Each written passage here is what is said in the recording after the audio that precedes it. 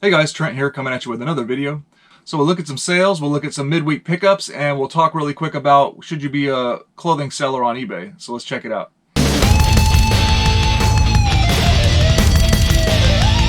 So if you're new to my channel, welcome in. My name is Trent. I'm a part-time reseller on eBay. I do it for fun and profit, and I take you along for the journey. So please hit that subscribe button for more great videos in the future. So welcome in. If you're new to my channel, I enjoy sourcing and selling a lot of things on eBay. Right now it's toys and other collectibles and stuff like that, but anything I can get my hands on that I feel like I make a decent profit on that's going to move within a reasonable amount of time. But that's the initial goal, to make a decent profit on an item, not to have to do too much work to it, and to be able to move it relatively quickly. So a lot of people, when they get started in reselling, and sometimes continue that way, is they get into selling clothes. Here are some reasons why. It's abundant. You go to the thrift store, and there's just like endless racks of it. Or a yard sale. Doesn't necessarily mean that every single piece is worth selling, but it's there. You know, there's going to be more clothes than there is anything else. Two, the barrier of entry is probably one of the lowest. So at the thrift store, you know, usually shirts are really cheap. Jeans and shoes can be a little bit more expensive, but still, you know, you're paying maybe $6-7 at the most, but obviously you're probably going to be researching that and seeing whether it's worth your time. But at yard sales, it's even better. People usually don't value clothes very highly. A lot of times, sometimes we'll sell you pieces for 50 cents to $1 a piece, and they'll be quality stuff, and they'll all be matching. Like in this video, I'm going to show you some clothing that I sold that I just picked up in my recent garage sale video, so you can go check back and check that if you want to. But you can get it for cheap, and you can get good quality stuff, and people will buy it. And since the barrier to entry is so low, you can end up making that profit margin that people feel that it is acceptable, for usually a minimum of $10-15. When it comes to average return on investment, I think most people shoot for like $10-15 or higher. But you could get a lot of cheap clothing and very easily hit in between a $5 to $10 profit margin, probably with very, very little investment. And that's the key. You know, yeah, you may only be making nickels and dimes, but you're only investing 50 cents, 25 cents, you know, maybe $1 at the most. Some people make an entire business out of that, and some people even go on to make six-figure income out of that, or six-figure gross sales at least out of that, because there's just so much abundance of it, and the barrier of entry, like I said, the price per piece that they're paying is so low that it makes it basically worth their time to flip all these individual little pieces of clothing.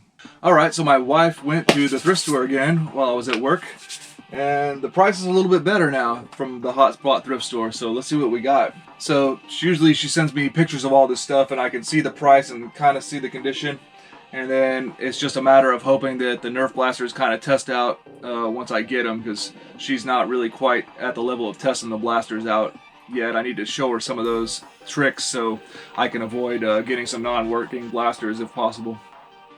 But anyways, prices are back down. Flip Fury was only $1.99. Nice clean one. I tested it, it works, so that's good. Got another rival. It was probably, I think, the most expensive one, $3.99. The XV3-500. I think this is like a single shot one. But always like to see rival. Another hammer shot, really nice condition one. These blasters today were looking really clean and barely played with. This one was 99 cents, so prices I'm really impressed by again, so that's good. Another Mega Centurion, $2.99, not $1.99, but still, I mean, it's fine. I'm getting a lot of these. I'm gonna put 6 together and make another party pack. And here's a nice little accessory bag, $2.99. It has a drum magazine and 2 of the yellow clips, so that's not bad, about $1 per item. And then she sent me some pictures of a bunch of, there was, you know, Avengers figures that are, I guess these are these 12-inch figures? It's 11 inches. There was a whole bunch of them. There was a couple other Star Wars, but this is a 1999 Darth Maul. Hasbro, 1999, Lucasfilms. And this is the one that has action feature. He's obviously missing the his staff, his lightsaber staff. But he's got his belt, and this is battery operated, so I think it's talking. But it takes, but it does take those little watch type batteries, so I don't have those. I'm gonna have to order some and just for this guy and test him out. But barely vintage, but still vintage. You know, 1999 Darth Maul, so not bad. It was. Oh, by the way, it was $3.99. So cool, nice little midweek Nerf haul to go ahead and get some more lots going. I have a lot of stuff to work with now. So is it a good idea to start out reselling clothes when you're a brand new eBay seller? In my opinion, yes, because it shows you a lot of things about eBay and you learn a lot of tricks. One downside to clothing is it's more difficult to deal with. Photos matter a lot more when it comes to clothing because, you know, you're trying to present that piece and give them a customer a potential, you know, let them envision on what it would be like to wear that piece of clothing, right? So you've got to actually kind of sell the clothing in your photos, right? So that's why when it comes to clothing, a lot of people like to get mannequins and do all this, make sure their lighting is really, really good and all this stuff. So by selecting clothes as your entry into eBay, you're actually instantly like going into a category where you have to step up your game when it comes to your photo quality and all that kind of stuff. So that's a good thing. That's a good way to start. So then later, if you decide to transition into something easier, like selling a Nerf gun, you're like, wow, this is easy. I can just flop it down with a bunch of other Nerf guns and take some easy photos.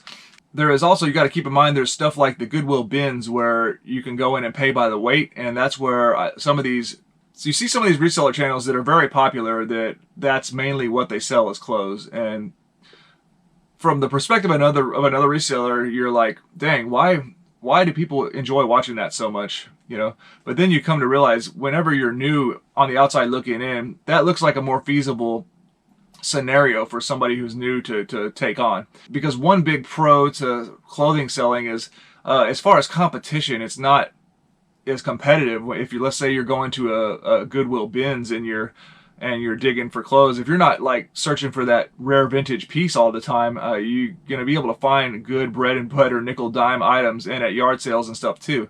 There's like no competition for that stuff, so you know you can just grab it all up and have plenty of items to list, plenty of inventory. All right, sold the last of my NASCAR shirts. This one's Real Men, vintage 1990 Real Men wear black and silver. I guess that's a Dale Earnhardt one as well. This is the last of 3 I bought from one yard sale where it was a race car driver guy and he was selling off a bunch of his NASCAR stuff. He even had a race car for sale. We didn't buy that. But yeah, these NASCAR shirts, Dale Earnhardt shirts and all that stuff, if you pick them up for $2 or less, you can make a $20, $25 sale. They just might sit a while, but you know, for t-shirts, they're pretty easy to deal with when it comes to clothes. Just you can put them on a hanger and take a photo, or you can get a mannequin, which I have. If you're new, just keep in mind for clothes, for shirts, measure the chest. So, you know, I would put 17 inches chest from armpit to armpit. Then you want to do the length, and by the length, you take the seam of the back of the neck, the neck seam right there, and you measure all the way down to the tail seam of the shirt. So, you know, there's like about 3/4 of an inch left after the end seam.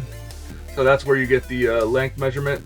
So 27 is what comes out on this one.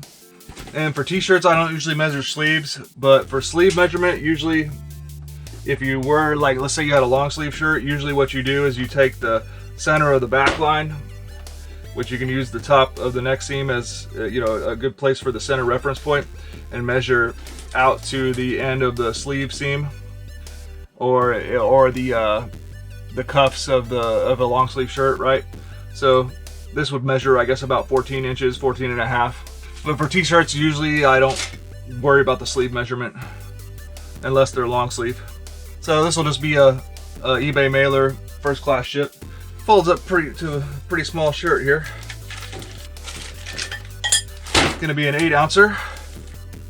Okay, sold the 3-pack of Levi's women's size 10 medium that I just bought yesterday, actually, at the yard sale for $3. Total price paid by the customer, $30.38. So gonna make a pretty nice profit either way, but let's do an experiment. Let's see if we can fit 3 pairs of women's size 10 medium jeans in a priority mail legal flat rate envelope. I think this might be possible, maybe not. Just depends on how well I fold it. I don't know.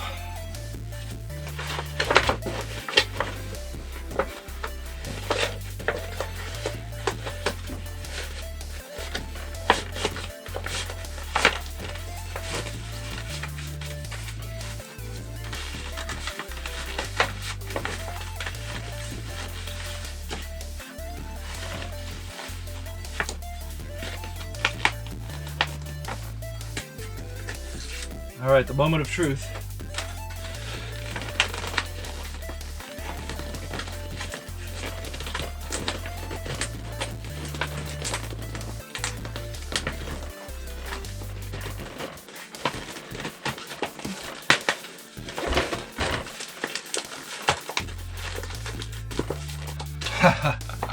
And that is how you put 3 pairs of women's jeans in a priority mail legal flat rate envelope, and it's sealed on its own naturally without any assistance.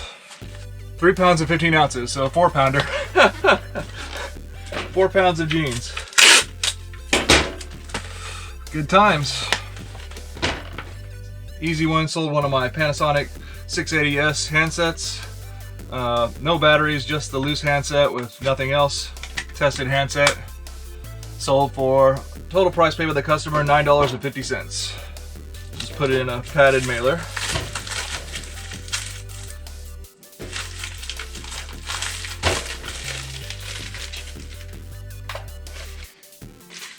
Gonna be a 5-ouncer.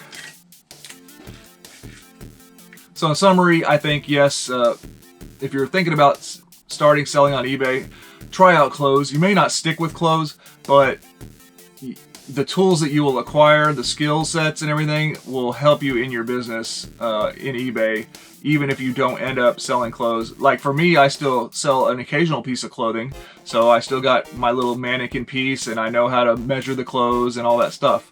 So it's going to be helpful to you in the long run. Alright guys, well that's going to do it for this video. I hope you enjoyed.